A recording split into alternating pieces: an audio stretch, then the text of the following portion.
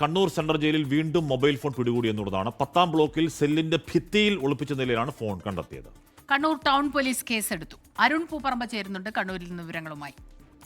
അരുണ്, വീണ്ടും mobile phone പിടികൂടുന്നു. ഇതിപ്പോ ഇങ്ങനെ സുരക്ഷ ശക്തമാക്കുന്നു, പല പല നടപടികൾ ഉണ്ടാകുന്നു. ഇതിനൊന്നും ഒരു കുറവുണ്ടാവില്ല.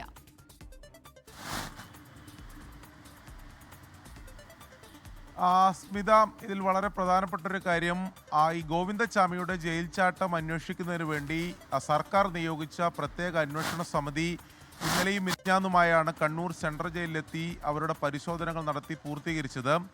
അതിനിടെയാണ് കണ്ണൂർ സെൻട്രൽ ജയിലിൽ നിന്നും വീണ്ടും ഈ മൊബൈൽ ഫോൺ പിടികൂടിയത് എന്നതാണ് വളരെ പ്രധാനപ്പെട്ട കാര്യം.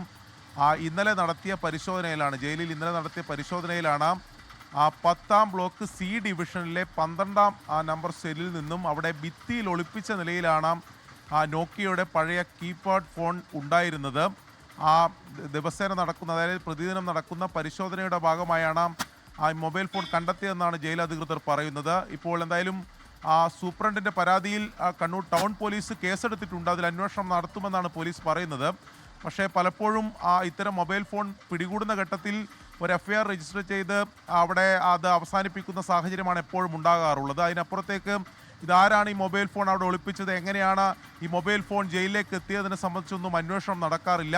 എന്തായാലും പരിശോധനകൾ ശക്തമാക്കിയിട്ടുണ്ട്. പക്ഷേ ഈ മൊബൈൽ ഫോണുകളും മറ്റും എങ്ങനെ ജയിലിലേക്ക് എത്തുന്നു എന്ന കാര്യത്തിൽ കൃത്യമായ അന്വേഷണം ഇനിയും നടക്കേണ്ടതുണ്ട്. അതുതന്നെയാണ്, കൃത്യമായ അന്വേഷണം നടക്കണം. വീണ്ടും വീണ്ടും വീണ്ടും എങ്ങനെയാണ് ഈ മൊബൈൽ ഫോണൊക്കെ ജയിലിനകത്തേക്ക് എത്തുന്നത് എന്നുള്ള കാര്യത്തിൽ എന്ന് പറഞ്ഞാൽ ജയിൽ ചാട്ടം അടക്കമുള്ള ഉണ്ടായിട്ടും ഈ പറയുന്ന രീതിയിലുള്ള കാര്യങ്ങളൊക്കെ കൂടുതൽ പുറത്തേക്ക് വന്നിട്ട് പിന്നെയും അവിടെ ഫോണുകളുടെ അക്ഷയഖനിയാണെന്നാണ് പറയുന്നത്. അപ്പോൾ ആരാലും നിയന്ത്രിക്കപ്പെടാതെ ഫോണുകളൊക്കെ പിന്നെയും കണ്ടെത്തുന്നുണ്ടെങ്കിൽ ഉറപ്പായും ചില ഉദ്യോഗസ്ഥ പിന്തുണയൊന്നും ഇല്ലാതെ അതൊക്കെ നടക്കും എന്ന് വിശ്വസിക്കാൻ പറ്റുമോ അല്ലേ? ലോകത്തെവിടെയായാലും ഏത് സമയത്തും 24 വാർത്തകളും ഓഗ്മെന്റഡ് റിയാലിറ്റി പാക്കേജുകളും എക്സ്പ്ലെയിനറുകളും വിശദമായി കാണാൻ ഞങ്ങളുടെ യൂട്യൂബ് ചാനൽ നിങ്ങൾക്ക് സബ്സ്ക്രൈബ് ചെയ്യാം.